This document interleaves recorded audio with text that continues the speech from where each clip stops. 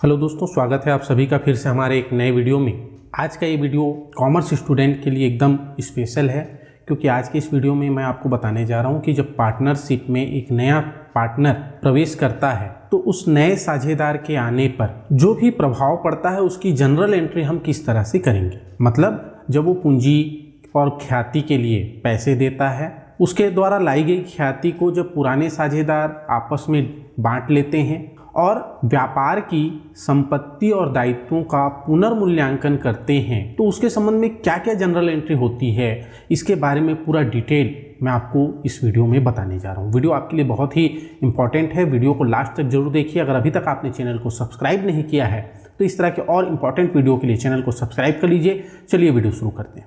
एक प्रश्न है, मनीष और नवनीत एक फर्म में समान साझेदार हैं। वे दुर्गेश को फर्म में नया साझेदार बनाने का निश्चय करते हैं। 31 दिसंबर 1995 को मनीष और नवनीत का चिट्ठा निम्न प्रकार था। चिट्ठा दिया हुआ है, दायित्व है लेनदार, देय विपत्र और मनीष और नवनीत की पूंजी। एसेट साइड है रोकड़, देनदार, स्कंद, फर्नीचर, मशीनरी। दुर्गेश के प्रवेश के पूर्व निम्न समायोजन करने थे। संदिग्ध ऋण के लिए 300 का प्रावधान करना था। फर्नीचर 250 रुपए पर मूल्यांकित किया गया। विनियोग 400 रुपए जो चिट्ठे में नहीं दर्शाया गया था पुस्तकों में दर्शाया है। दुर्गेश पूंजी के 1000 रुपए और ख्याति के 1000 रुपए लाता है, जिसे मनीष और नवनीत आहरण कर लेते हैं। उपयुक्त से पंजी प्रविष्टियां और चिट्ठा बनाइए। आपको जनरल एंट्री करनी है और सबसे इंपॉर्टेंट कि बैलेंस शीट भी आपको तैयार करना। बहुत ही सरल शब्दों में मैं आपकी इसको समझाने जा रहा हूँ। इसकी जनरल एंट्री आप बहुत ही आसानी से समझ जाएंगे। जनरल एंट्री क्या होगी, देखिए सबसे पहली जनरल एंट्री आपको करनी है जब नया साझेदार फर्म में इंटर करेगा। जब वो इंटर करेगा, प्रवेश करेगा, तो अपने साथ वो पूंजी और ख्याति के रूप में अमाउंट लाएगा। यहाँ पर 1000 रुपये वो कैपिटल के रूप में और 1000 रुपये ख्याति के रूप में फर्म को दे रहा है। जनरल एंट्री हो जाएगी रोकड़ खाता डेबिट 2000 रुपये, दुर्गेश के पूंजी खाता से 1000 रुपये और प्रीमियम खाता से 1000 रुपये। क्योंकि हम ख्याति को ख्याति के नाम से पुस्तकों में नहीं दिखा सकते, अकाउंटिंग स्टैंडर्ड के अनुसार आप ख्याति को तभी पुस्तकों में दिखाएंगे जब आपने उसके लिए कोई अमाउंट पे किया हो। यहाँ कोई अमाउंट फर्म पे नहीं कर रही है ना, तो उसके लिए हम ख्याति खाता नहीं खोल सकते। तो उसके जगह, ख्याति की जगह आपको प्रीमियम अकाउंट खोलना है या प्रीमियम फॉर गुडविल अकाउंट, ख्याति के लिए प्रीमियम खाता भी आप लिख सकते हैं। तो जनरल एंट्री हो गई रोकड़ खाता डेबिट 2000 रुपये, दुर्गेश के पूंजी खाता से 1000 रुपये और प्रीमियम खाता से 1000 रुपये। नए साझेदार द्वारा ख्याति और पूंजी की राशि नगद लाने पर, ये नरेशन लिखेंगे। ये पहली जनरल एंट्री आपकी होगी। अब दूसरा स्टेप क्या कहता है? दूसरा स्टेप ये है कि जो पैसा प्रीमियम के रूप में दुर्गेश लाया वो पैसा मनीष और नवनीत को मिलेगा। क्यों मिलेगा? पैसा तो दुर्गेश लाया, तो मनीष नवनीत को क्यों देगा? इसलिए देगा क्योंकि मनीष और नवनीत उसे अपने लाभ के हिस्से में से त्याग करके दुर्गेश को हिस्सा दे रहे हैं। मतलब दुर्गेश के आने पर मनीष और नवनीत का हिस्सा कम हो जाएगा। इसलिए वो जो प्रीमियम का पैसा आया है, वो प्रीमियम का पैसा मनीष और नवनीत को उनके त्याग अनुपात में, जिस अनुपात में वो त्याग करेंगे उस अनुपात में मिलेगा। प्रश्न में त्याग अनुपात नहीं दिया है, तो जो पुराना अनुपात होता है उसी अनुपात में उन्हें मिलेगा। पुराना बराबर था तो बराबर अनुपात में दोनों ख्याति का अमाउंट पाएंगे। क्या जनरल एंट्री होगी? जो प्रीमियम खाता पहले एंट्री में क्रेडिट हुआ था, अब उसको डेबिट करके बंद कर दिया जाएगा। तो प्रीमियम अकाउंट डेबिट हो जाएगा। प्रीमियम खाता डेबिट मनीष के पूंजी खाता से और नवनीत के पूंजी खाता से। प्रीमियम अकाउंट 1000 रुपये से क्रेडिट हुआ था, 1000 रुपये से अभी यहाँ उसे डेबिट कर देंगे और 500 रुपये मनीष को मिलेगा और 500 रुपये नवनीत को मिलेगा। क्योंकि दोनों समान अनुपात के साझेदार हैं, बराबर साझेदार हैं और त्याग अनुपात ना नया अनुपात कुछ नहीं दिया है, प्रश्न में कोई सूचना नहीं है। तो ऐसी स्थिति में जो पुराना अनुपात होता है वही त्याग अनुपात होता है, तो दोनों में बराबर बराबर बटेगा। तो जनरल एंट्री आपने क्या की? जनरल एंट्री देखिए आपने की प्रीमियम खाता डेबिट मनीष के पूंजी खाता से, नवनीत के पूंजी खाता से। नरेशन लिखेंगे, नए साझेदार द्वारा लाई गई प्रीमियम की राशि पुराने साझेदारों के पूंजी खाते में अंतरित करने पर। ट्रांसफर कर दिया आपने उनके कैपिटल अकाउंट में। ये आपकी सेकंड जनरल एंट्री हो गई। प्रश्न में फिर आगे लिखा है, जिसे मनीष और नवनीत आहरण कर लेते हैं, मतलब ये जो पैसा उन्हें मिला इस पैसे को मनीष और नवनीत निकाल लेते हैं, तो इसकी जनरल एंट्री क्या हो जाएगी? इसकी जनरल एंट्री हो जाएगी मनीष का पूंजी खाता डेबिट, नवनीत का पूंजी खाता डेबिट, रोकड़ खाता से। वो पैसा जो 500 रुपये उन्हें मिला था वो पैसा वो आहरण कर रहे हैं, मतलब निकाल ले रहे हैं। ठीक है, तो निकाल लेंगे तो कैश फर्म से कम हो जाएगा, इसलिए कैश अकाउंट को डेबिट कर देंगे, रोकड़ खाता क्रेडिट हो जाएगा। और मनीष और नवनीत के पूंजी में हमने पहले जमा किया था, क्रेडिट किया था, अब वो उनके पूंजी खाते से कम हो जाएगा, तो दोनों के पूंजी खाते को डेबिट कर देंगे। मनीष का पूंजी खाता डेबिट, नवनीत का पूंजी खाता डेबिट, रोकड़ खाता से। ये जनरल एंट्री हो जाएगी। नरेशन लिखेंगे मनीष और नवनीत द्वारा ख्याति राशि का आहरण करने पर। तो ये जनरल एंट्री जो थी, ये जनरल एंट्री नए साझेदार के कैपिटल और ख्याति का पैसा लाने, उस प्रीमियम का अमाउंट को, जो पूंजी लाया वो तो उसी का है, दुर्गेश का ही है, लेकिन जो प्रीमियम लाया वो मनीष और नवनीत को मिला तो उनके पूंजी खाते में ट्रांसफर करने की, और उनको मनीष और नवनीत ने उस पैसे को निकाल लिया तो उनके आहरण करने की। ये 3 जनरल एंट्री होगी। जिस प्रश्न में आहरण के बारे में सूचना ना हो वहाँ केवल 2 जनरल एंट्री होगी, पैसे लाने की और प्रीमियम को बांटने की। ठीक है, प्रश्न के अकॉर्डिंग जैसा प्रश्न में लिखा रहेगा उसके हिसाब से जनरल एंट्री आप करेंगे। फिर नेक्स्ट देखते हैं, चलिए आगे क्या हुआ।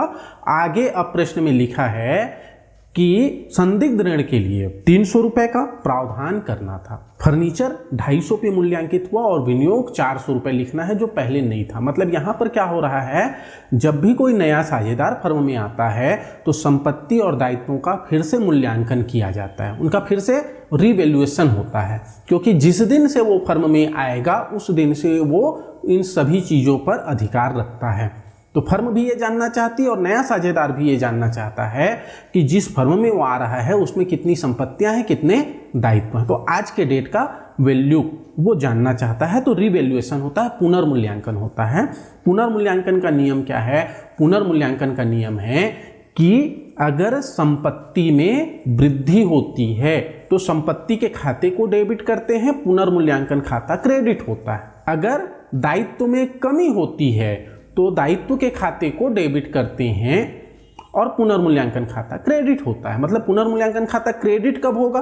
पुनर्मूल्यांकन खाता क्रेडिट तब होगा जब किसी संपत्ति का मूल्य बढ़ता हो और दायित्व का मूल्य घटता हो। और पुनर्मूल्यांकन खाता डेबिट कब होगा? जस्ट उल्टा कंडीशन, पुनर्मूल्यांकन खाता डेबिट तब होगा जब संपत्ति के मूल्य में कमी आए या दायित्व के मूल्य में वृद्धि हो। ठीक है, जब आपके एसेट डिक्रीज हो और लायबिलिटीज इंक्रीज हो तो रिवैल्यूएशन अकाउंट को आप डेबिट करेंगे। तो यहां पर देखिए, यहां जब संदिग्ध ऋण का प्रावधान हम करेंगे तो संदिग्ध ऋण बैड डेब्ट्स रिजर्व जो होता है, बैड डेब्ट्स रिजर्व जो होता है वो फर्म के लिए लायबिलिटीज है, दायित्व है। और दूसरे नजर से अगर हम देखें तो इससे क्या होता है, देनदार में कमी आती है, संपत्ति कम हो रहा है या दायित्व बढ़ रहा है, दोनों एक ही बात है। तो इस कंडीशन में क्या होगा, पुनर्मूल्यांकन खाता डेबिट होगा। पुनर्मूल्यांकन खाता डेबिट संदिग्ध ऋण प्रावधान खाता से। संदिग्ध ऋण प्रावधान कितने का बनाना है? 300, तो 300 रुपए लिखेंगे संदिग्ध ऋण प्रावधान खाते को क्रेडिट करते हुए। अब यहाँ पे एक चीज और लिखा है, एक चीज और क्या लिखा है कि फर्नीचर 250 पे मूल्यांकित किया गया। अब प्रश्न में देखिए, प्रश्न में फर्नीचर कितने का दिया है? प्रश्न में फर्नीचर दिया है 400 रुपए का। जो फर्नीचर 400 का था आज उसका रीवैल्यू कितना हो गया? 250 रुपए हो गया।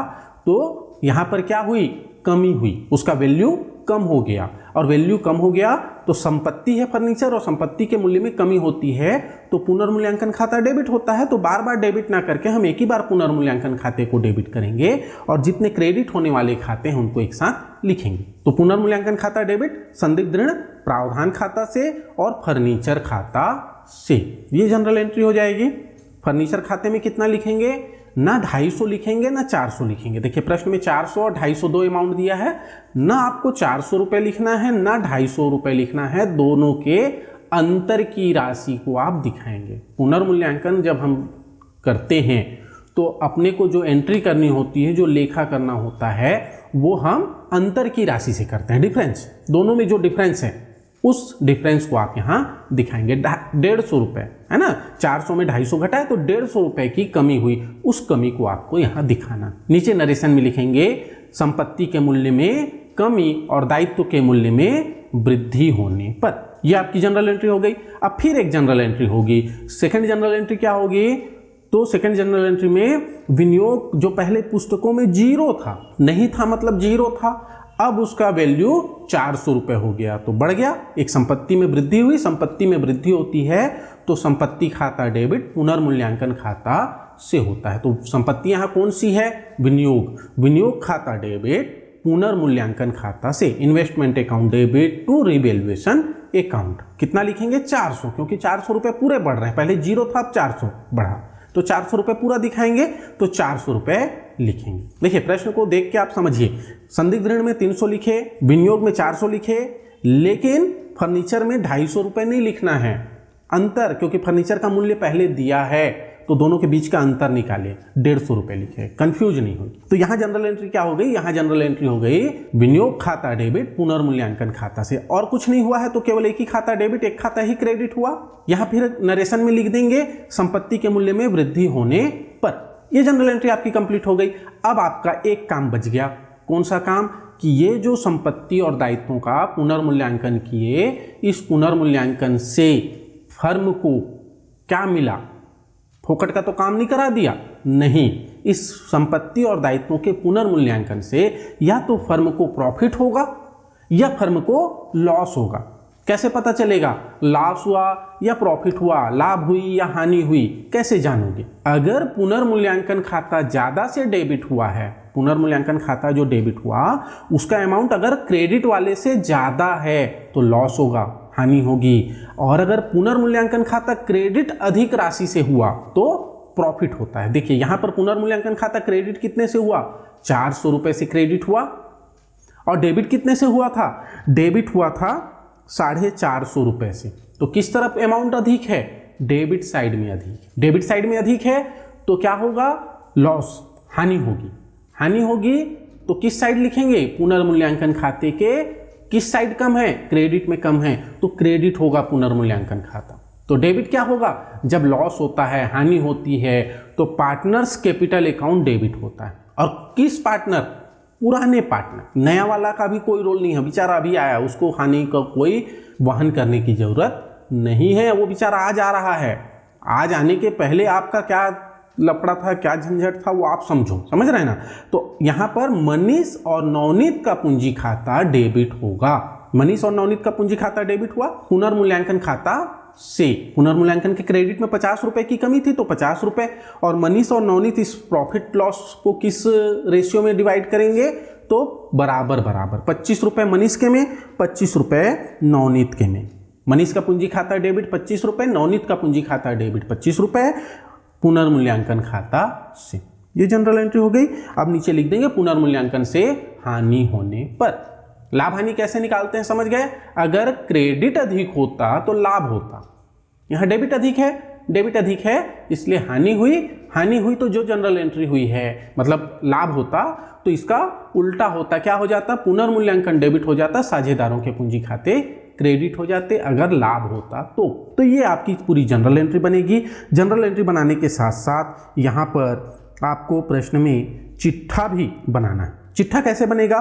तो देखिए कुछ नहीं करना है, जो पुराना चिट्ठा आपको प्रश्न में दिया हुआ है उसी चिट्ठे को आपको यहाँ फिर से बनाना है। ठीक है, सेम प्रारूप रहेगा, सब चीज सेम रहेगा। डेट कौन सा डालेंगे? जिस दिन नया साझेदार फर्म में प्रवेश कर रहा है उस दिन का डेट डालेंगे। क्या लिखेंगे? दायित्व की ओर सबसे पहले लेनदार था पुराने चिट्ठे में तो यहां भी लेनदार लिखेंगे। अब प्रश्न में देखिए लेनदार में कहीं कोई अंतर नहीं आया, जो पहले था वही है तो 1000 रुपए। देय विपत्र था, कोई चेंजेस नहीं आए तो 1000 रुपए ये भी लिखेंगे। ठीक। अब पूंजी देखिए, पूंजी में चेंज आ गया है। कैसे चेंज आया? तो पहले मनीष की पूंजी थी 1700 रुपए की। ठीक, 1700 रुपए की पूंजी थी। उस 1700 रुपए की पूंजी में हमने एक बार क्या किया? 500 रुपए प्रीमियम का जोड़ा। फिर क्या किए? 500 रुपए जब उन्होंने आहरण किया तो 500 रुपए घटा दिए, मतलब वो 1700 ही बची, कोई अंतर नहीं आया। और लास्ट में क्या हुआ? लास्ट में 25 रुपए की हानि हो गई तो 25 रुपए कम हो गए उसके पूंजी में। तो अब उसकी पूंजी कितनी बची, 1675 रुपए। फिर नवनीत का देखते हैं, 1200 रुपए था पूंजी, 500 रुपए जोड़े 1700 हो गया, फिर 500 घटा दिए फिर 1200 हो गया, प्रीमियम का मिला तो जोड़े, फिर उन्होंने उस पैसे को निकाल लिया तो घटा दिए, तो 1200 रुपये ही है, और 1200 रुपये में 25 रुपए की हानि हो गई तो 1175 रुपए बचे। अब पहले तो 2 लोग थे, मनीष और नवनीत, तो 2 ही लोगों का पूंजी खाता दिखाया था चिट्ठे में, लेकिन अब क्या हुआ, अब एक साझेदार बढ़ गया, दुर्गेश, तो उसका भी पूंजी दिखाएंगे। उसने पूंजी के रूप में कितना पैसा लाया, 1000 रुपये लाया, तो उसकी पूंजी 1000 रुपये हो गई। तीनों का जोड़ देंगे तो 3850 रुपये हो जाएगा, तीनों की पूंजी जोड़कर, ठीक है। फिर अब यहाँ टोटल नहीं करना है आपको, अभी रुकिए, अभी आपको इसका टोटल नहीं करना है। अब हम सेकंड तरफ चलते हैं, एसेट साइड, संपत्ति की ओर। संपत्ति में देखिए, पहले रोकड़ था 600 रुपये, 600 रुपये का रोकड़ था। अभी इस बार जब नया साझेदार आया तो अपने साथ 2000 रुपये लेके आया, 1000 रुपये पूंजी का और 1000 रुपये ख्याति का, तो 2000 रुपये बढ़ा, 2600 हो गया, और 2600 रुपये में से 1000 रुपये निकाल लिए, साझेदारों ने तुरंत निकाल लिया, तो कितना बचा, 1600 रुपये बचा। समझे ना, नया साझेदार 2000 रुपये लेके आया था तो 2000 रुपये बढ़ गया था, 2600 रुपये हो गया था कैश, फिर 2600 रुपये में से 1000 रुपये उन्होंने विड्रॉल कर लिए पुराने साझेदारों ने, तो 1000 रुपये माइनस हो गया, तो 1600 रुपये आज के डेट में रोकड़ है। फिर देनदार, देनदार कितने के थे, 1500 रुपये के थे, और आपको संदिग्ध ऋण के लिए आयोजन करना है 300 रुपये का, तो माइनस होगा, संदिग्ध ऋण आयोजन देनदारों में से घटता है, तो 300 रुपये घटा दिए, अब देनदार बचे हैं 1200 रुपये के। यही चीज करने के लिए तो पुनर्मूल्यांकन हुआ कि आज के डेट में संपत्ति दायित्व कितने कितने के हैं, इसे ही जानने के लिए पुनर्मूल्यांकन किया गया है। फिर स्कंद, कोई चेंज नहीं आया स्टॉक में, स्टॉक जितना पहले था उतना ही अभी भी रहेगा, 1400 रुपये।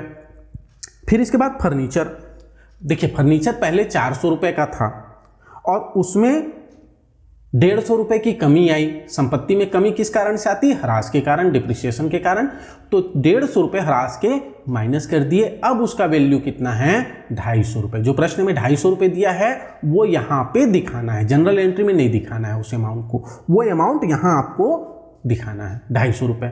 फिर मशीनरी, कोई चेंज नहीं आया, मशीनरी 1000 का था, अब भी 1000 का है। एक पॉइंट और बढ़ेगा जो पहले नहीं था, विनियोग, जो 400 रुपये से नया बना है, तो 400 रुपये विनियोग में, इन्वेस्टमेंट में और दिखाएंगे। अब जाकर दोनों को एक समान सीध में टोटल करेंगे, क्योंकि देखिए दायित्व का अगर हम टोटल पहले कर देते तो बहुत ऊपर हो जाता, संपत्ति में ज़्यादा अमाउंट आया है, मतलब ज़्यादा आइटम है, तो वो नीचे हो जाएगा, तो ऊपर नीचे सीढ़ी बन जाएगा। सीढ़ी नहीं बनाना है आपको सीढ़ी नहीं बनाना है, आपको क्या करना है, दोनों को पैरेलल रखना है, एक बराबर सीध में दोनों का टोटल आप करेंगे। और दोनों का टोटल क्या होता है, बैलेंस शीट जब हम बनाते हैं, चिट्ठा जब हम बनाते हैं, तो चिट्ठे के संपत्ति और दायित्व दोनों का टोटल बराबर आता है। अगर आपका क्वेश्चन सही बना है, आपने सही सवाल हल किया है, तो दोनों का टोटल बराबर आएगा। आपका टोटल बराबर आ रहा है मतलब आपने सवाल सही बनाया। तो आई होप कि आपको ये सवाल अच्छे से समझ में आ गया होगा, ये कॉन्सेप्ट आप अच्छे से समझ गए होंगे। अब जनरल एंट्री करते समय आपको किसी प्रकार की कोई तकलीफ नहीं होगी। अगर अभी भी आपके मन में कोई डाउट है तो कमेंट बॉक्स में आप अपने डाउट क्लियर कर सकते हैं। वीडियो कैसा लगा ये भी कमेंट बॉक्स में लिख के जरूर बताइए। वीडियो अच्छा लगा तो अपने दोस्तों को शेयर करना ना भूलें और वीडियो को लाइक करना बहुत जरूरी। अगर आप चैनल में नए हैं तो जाने से पहले घंटी का बटन और सब्सक्राइब बटन दबा कर जाइए। मिलते हैं अपने नेक्स्ट वीडियो में इसी तरह के एक नए क्वेश्चन के साथ। तब तक के लिए जय हिंद, जय भारत।